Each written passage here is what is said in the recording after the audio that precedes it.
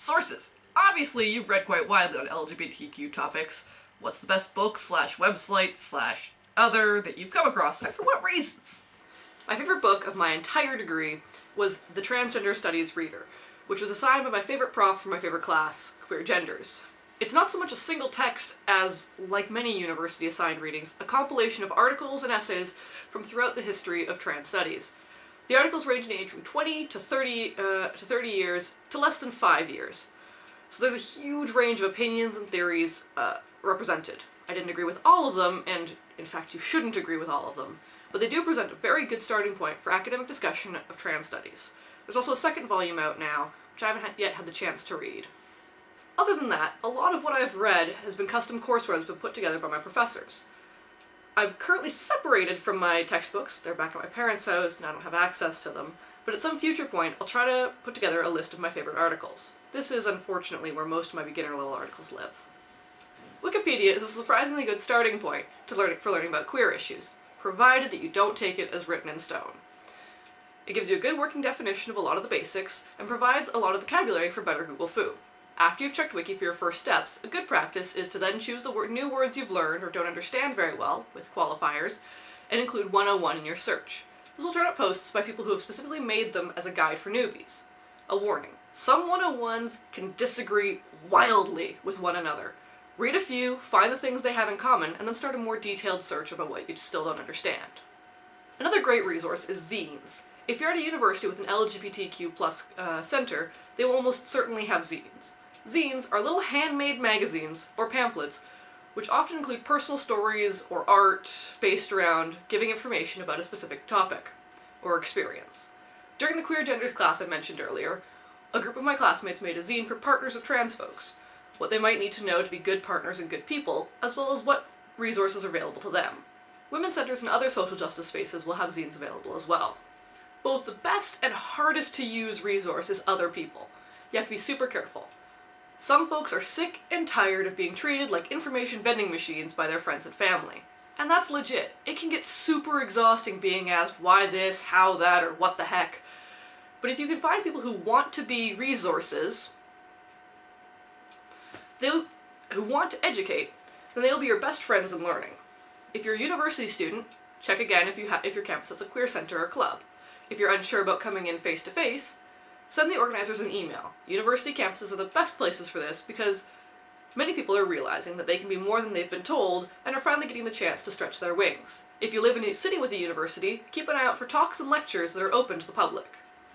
For advice and more question answering, everyoneisgay.tumblr.com is a really great site. They're funny and clever and will answer almost any question. If you're looking for videos, there are a number of folks on YouTube doing similar to what I'm doing here. Sexplanations is wonderful. It focuses more on the physical side of things and does a lot of sex ed type stuff. Lacey Green is also a name I feel I should mention, but I don't actually have a lot of experience with, so your mileage may vary here. If you're looking for more feminist rather than queer focuses, check out Feminist Frequency.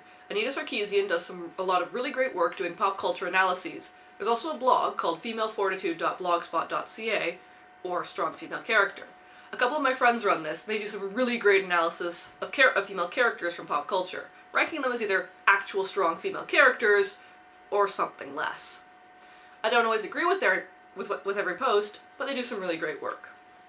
From a more performance and art perspective, one of the voices that always gets talked about is Ivan Coyote. I was introduced to Ivan's work through the YouTube video Hair Today Part 2, which I've linked in the description. Ivan has done a lot of really interesting, really thought-provoking work around gender and gender identity, and is worth a look and a read and a watch. My mom asks, I think you should add a topic about how to talk to your supportive folks about this stuff, given you had positive experiences. Thanks, Mom. You've given me an opportunity to talk about a really important topic. A lot of stuff gets talked about with regards to how to tell your parents for the first time, and how to deal with unsupportive parents, but once you have supportive parents, the web sort of goes, well, you're good then, aren't you?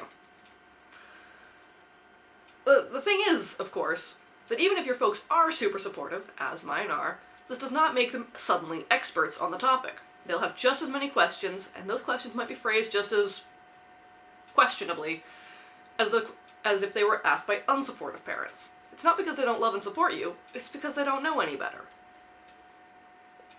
I came out after I'd already started talking about LGBTQ issues so I was able to use a lot of language that they might not have otherwise understood. But what I did was I wrote them an email. Yeah, it's not as personal as face-to-face, but I wasn't living at home at the time, and it allowed me the opportunity to write everything down and think it through, and reread it over and over and over again to make sure I'd written exactly what I meant. So, this meant that I was able to remove the emotion from it. I wrote the email one day, reread it, and sent it another. If you do it this way, you can include things like links to your favorite 101s, or other blogs or video posts that you think they might find helpful. Once you've come out and have been told, you'll always be our child, we love you no matter what, there's this temptation to say, okay, good, we're done. This isn't the case. Your parents, or grandparents, or aunts, or uncles will still have questions. If you've been lucky and have been involved in giving presentations or lectures about your particular identity, treat your parents like any student you've ever presented to. They might not know the right words, but assume they mean well. Your folks just want to understand and help you. If one of your folks do say something that hurts you, or that comes across as homophobic or transphobic, here are a few easy steps. 1. Keep calm. Take a few deep breaths and sort out your thoughts. 2. Tell them, that thing you just said hurts me, or can you not say that thing? And point to the specific words or phrases that hurt or are problematic. Be careful and specific. 3. Explain why. For example, by saying X, you're drawing attention to Y, which makes me, or people like me, feel Z. 4. Be willing to answer a few questions about the thing, but also set boundaries. This is for your health as much as for their understanding. Some things they just don't need to know. 5.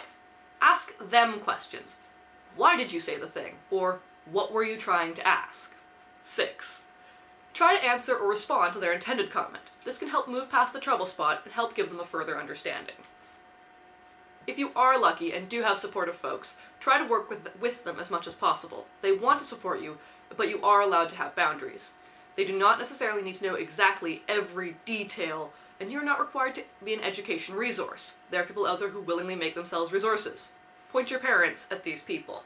And this might sound a little silly, but let your parents know how much it means to you that you do have their support. They might not realize how hard it is for folks like us in the world. You might feel a little ridiculous saying, thank you for being a decent human being, but so many people aren't, and so many people have parents who aren't. Appreciate what you've got. If you have stories about how to deal with well-meaning but ill-informed parents, please share them in the comments.